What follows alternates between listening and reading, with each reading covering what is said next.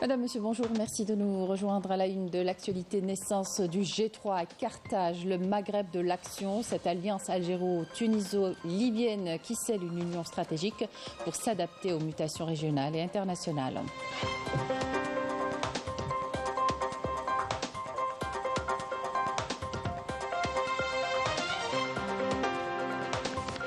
Chargé par le président de la République, Ahmed Attaf participe à Doha au Qatar à la 3e session du Forum économique et de coopération arabe avec les pays d'Asie centrale et la République d'Azerbaïdjan.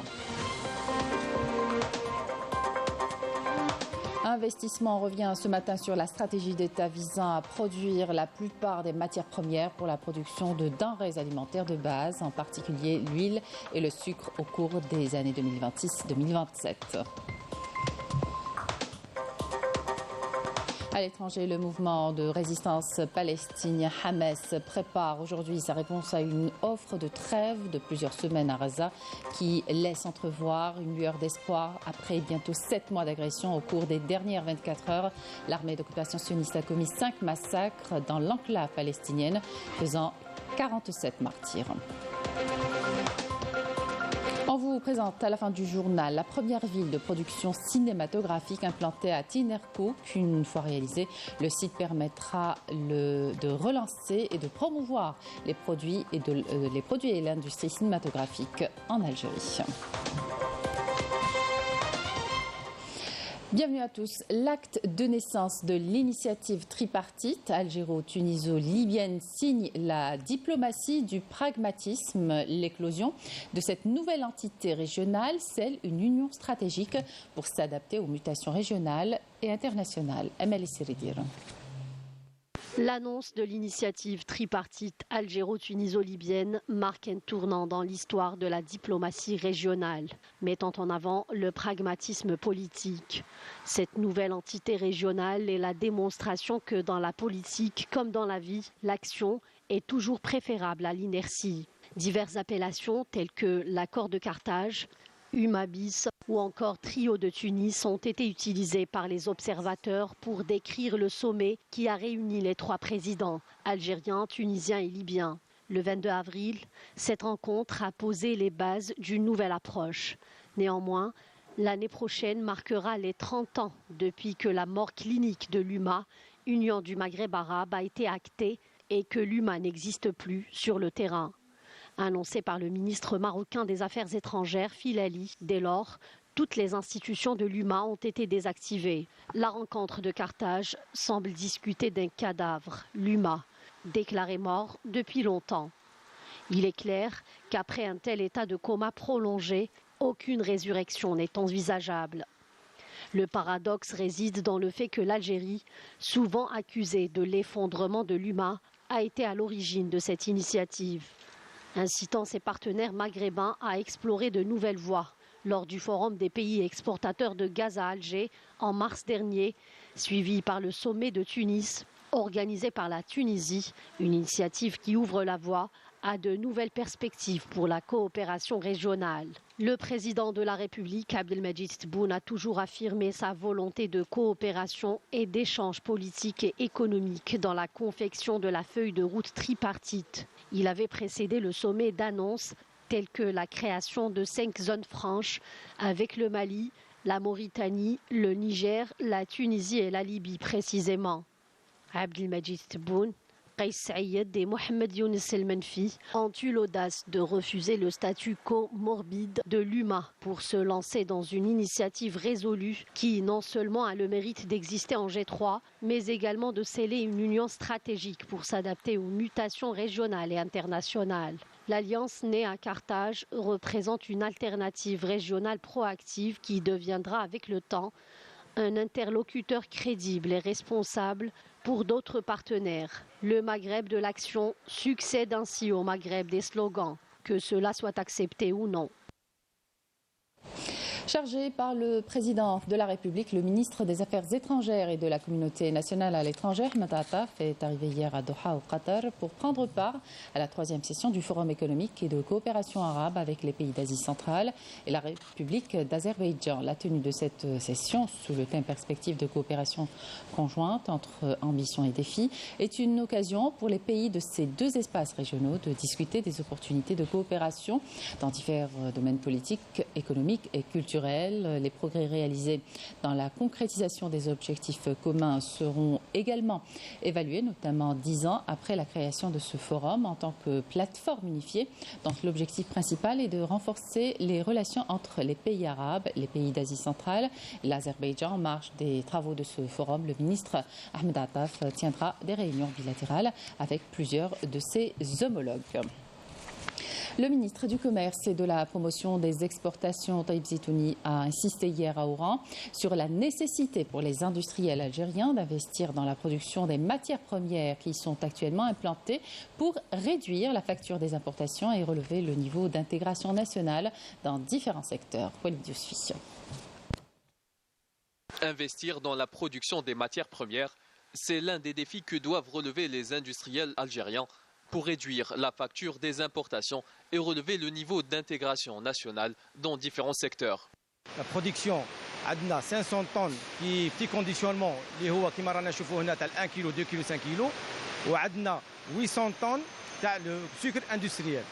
Notre production est conforme aux normes internationales.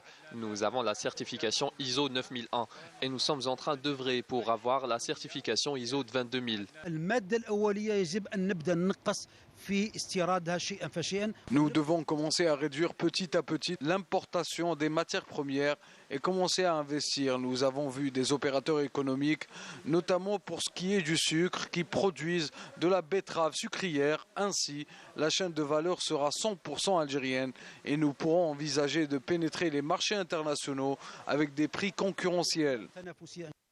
Pour ce faire, le transport et la logistique sont autant de maillons importants dans la chaîne d'exportation.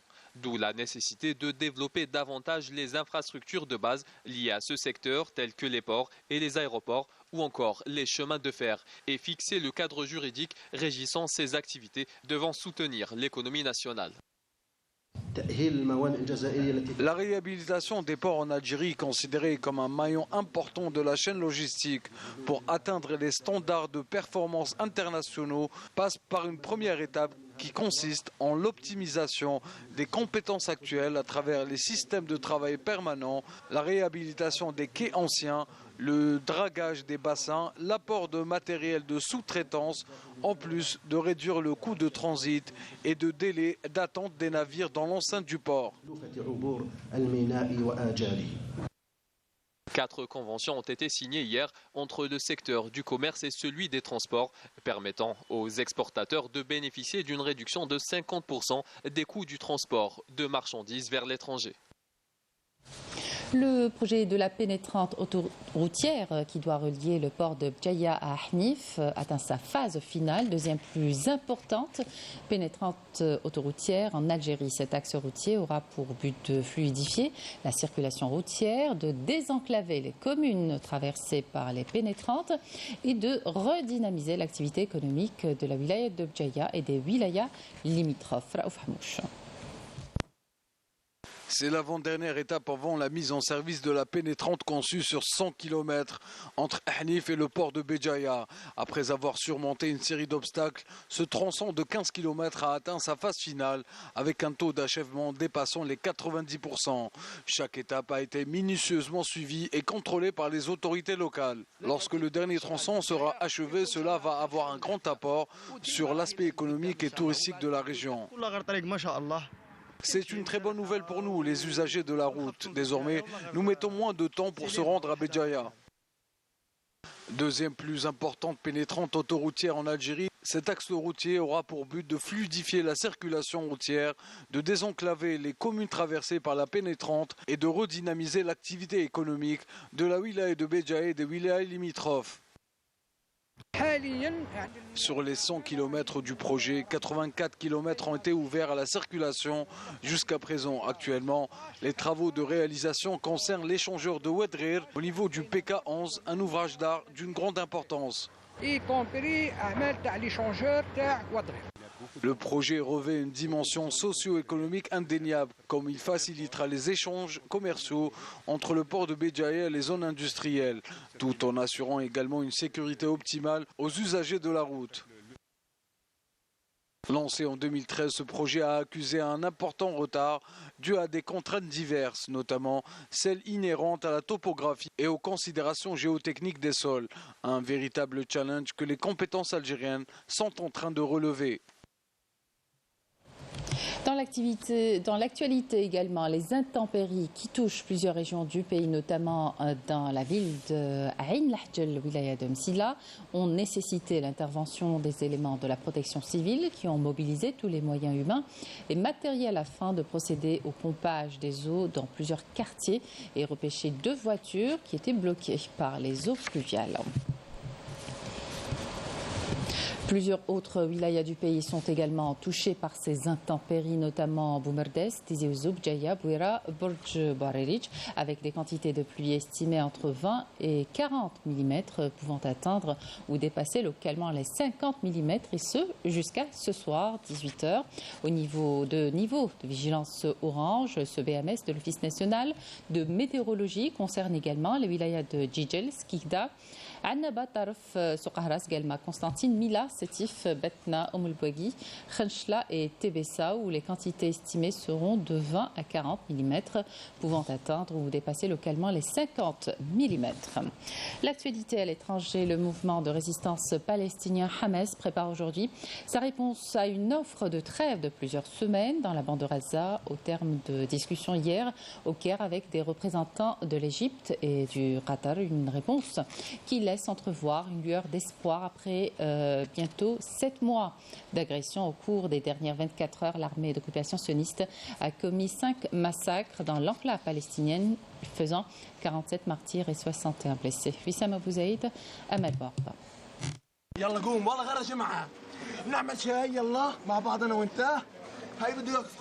La douleur de ce Palestinien dévasté par la perte déchirante de son ami, mort sous les bombardements de l'armée d'occupation, incarne celle des innombrables victimes de la barbarie sioniste. Depuis 7 mois, des familles entières sont décimées dans les frappes sionistes, comme ici à Rafah, au sud de l'enclave, où 20 Palestiniens sont tombés en martyrs hier. Des témoignages bouleversants que le correspondant de la télévision algérienne à Gaza, Wissam Abou Zaïd, rapporte depuis le 7 octobre dernier.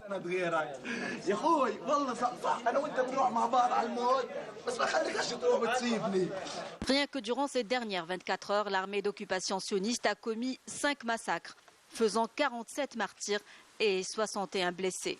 Des quartiers entiers et des maisons ont été réduits en poussière. Les corps de nombreuses autres victimes palestiniennes, la plupart des enfants et des femmes, sont toujours coincés sous les décombres.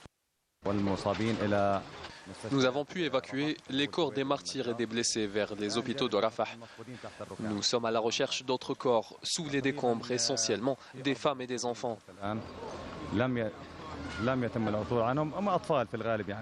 Au 207e jour de l'agression dévastatrice, de vastes ponts de Gaza sont en ruine, poussant 85% de la population de l'enclave à se déplacer à l'intérieur du territoire. Les déplacés à Rafah vivent une véritable catastrophe humanitaire. Rafah abrite aujourd'hui plus d'1 million de personnes déplacées de force du nord de Gaza. Retour en Algérie. Les festivals seront d'autant plus importants pour le cinéma dans une conjoncture de baisse de la production. L'occasion d'assister au plus grand nombre de films possible. C'est le cas aussi pour les comédiens, à l'image de Hilda Amira, qui elle-même se définit comme une boulimique de cinéma. Nabil Koutouni l'a rencontrée. Voilà, je vous propose un petit périple cinématographique en compagnie d'une actrice que l'on ne présente plus. C'est à travers son regard que nous allons suivre un petit peu ses projections. Hilda Amira, bienvenue à toi. Merci, bonjour. Tu te présentes? actrice, comédienne. D'ailleurs, j'ai dit que l'on ne présente plus. Voilà, c'est avec toi que nous allons voir, que c'est ton programme en quelque sorte, c'est le programme d'Hilda Amira. Alors, qu'est-ce que tu proposes pour le programme? Qu'est-ce que tu vas nous proposer? Qu'est-ce qu'on va voir? Donc là, on va à la Cinémathèque d'Alger de Annaba pour regarder les 3 courts-métrages, les derniers. اليوم اللي عم داخلين en compétition et il y a un autre cours algérien ماهوش داخل compétition mais on va nous faire une projection اسمه moins 1 de chez Moins toi. 1, d'accord. Ça me rappelle une série, 11-11, moins 1. Non, ça n'a rien à voir. D'accord. Alors ce qu'on fait, on y va? On y va. On y va. Je prends juste mon sac. Tu prends juste ton sac et on y va.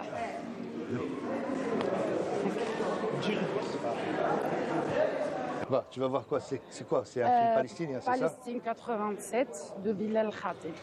Finalement, nous voilà partis en direction du théâtre régional d'Annaba pour assister à la projection de films programmés à l'occasion de cette journée. Une fois sur place, Hilda Amira, en compagnie de ses amis comédiens, accélère le pas afin de pousser la porte de cette salle obscure. Le film a déjà commencé depuis quelques minutes. Entre les 2 projections, au menu de cette journée cinématographique, Hilda Amira veut bien nous accorder une petite interview. La programmation jusqu'à là, est-ce qu'elle te plaît en ce qui concerne la projection des films, des courts-métrages? Je sais que tu es une boulimique de projection, vu que je t'ai fait rater 2-3 séances, mais jusqu'à là, est-ce que tu peux me parler de la fin du programme et de la projection de ces films-là, court ou moyen ou long métrage? Franchement, je trouve que Mohamed Allel nous a fait une très très belle sélection. Je le remercie pour ça. On a vu de tout. On a voyagé dans le monde. Rahna la Bosnie, rahna la Palestine surtout. J'en ai vu 2 déjà, Marmara et Marmama pardon et Vibrations from Gaza qui m'ont beaucoup touchée. Il y a eu le long aussi The Teacher que je te recommande. Et il y a eu Les Filles d'Olfa, le film tunisien. C'est un film apparemment qui t'a marqué, toi et Scheherazade Karacheli. Et même Karacheli. Louisa Khadjinaga anéantie. On ne s'attendait pas à ça. Et ce n'est pas fini pour Hilda Amira, juste le temps de se reposer un peu, avant qu'elle revienne au théâtre régional de Annaba afin d'assister à la projection du film de Maïwen, Jeanne du Barry. Et on vous fait découvrir à présent la première ville de production cinématographique. Elle se trouve dans le sud du pays, plus précisément dans la ville de Tinerkouk, à 60 km de Timimoun. Une fois réalisé, ce site permettra de relancer et promouvoir les produits et l'industrie cinématographique en Algérie. Reportage Naïm Al-Walish.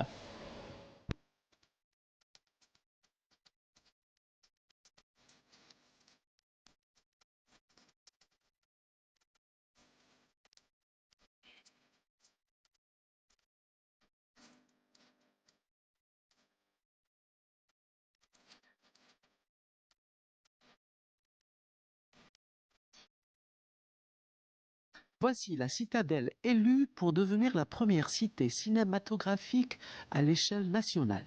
Basée à Tinerkout, à 70 km de Timimoun, la bâtisse qui culmine à 397 mètres d'altitude fut sortie de terre en 1957.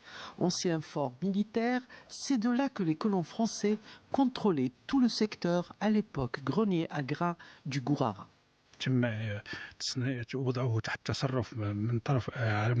Cette cité a été récemment mise sous la tutelle du Centre national du développement du cinéma.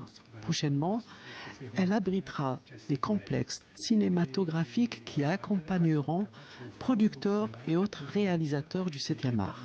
Cette région recèle d'énormes potentialités touristiques dont peuvent puiser tous ceux qui auront des projets cinématographiques.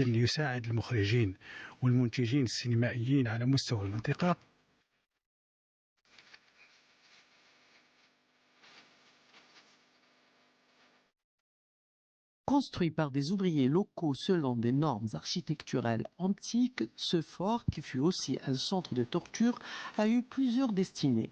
Site de rencontres culturelles, caravansérail, oublié de la topographie régionale et aujourd'hui promu première cité du 7e art. إلى حد الآن أول عملية بعد وضعه تحت استلامه من طرف وزارة الثقافة. Récupéré par le ministère de la Culture, les études concernant cette ville cinématographique sont finalisées et nous attendons d'entamer les travaux incessamment. Ces travaux seront bien entendu accompagnés conjointement et par le ministère de la tutelle et par celui de l'environnement et par CAPTER, le centre spécialisé du bâti en terre. Celui-ci veillera à ce que les travaux respectent le modèle antique de l'architecture du Sud, à même d'offrir aux acteurs du cinéma les décors idéaux pour leur production. منطقة تيميمون ويحافظ على الهندسة ويحافظ على الديكور اللي يساعد المخرجين. Entourée de palmiers, cette citadelle avec cuisine, cour intérieure, de nombreuses pièces dont certaines furent complètement rénovées en 2004, sera donc un haut lieu destiné non seulement à la formation, mais aussi aux différents métiers du cinéma.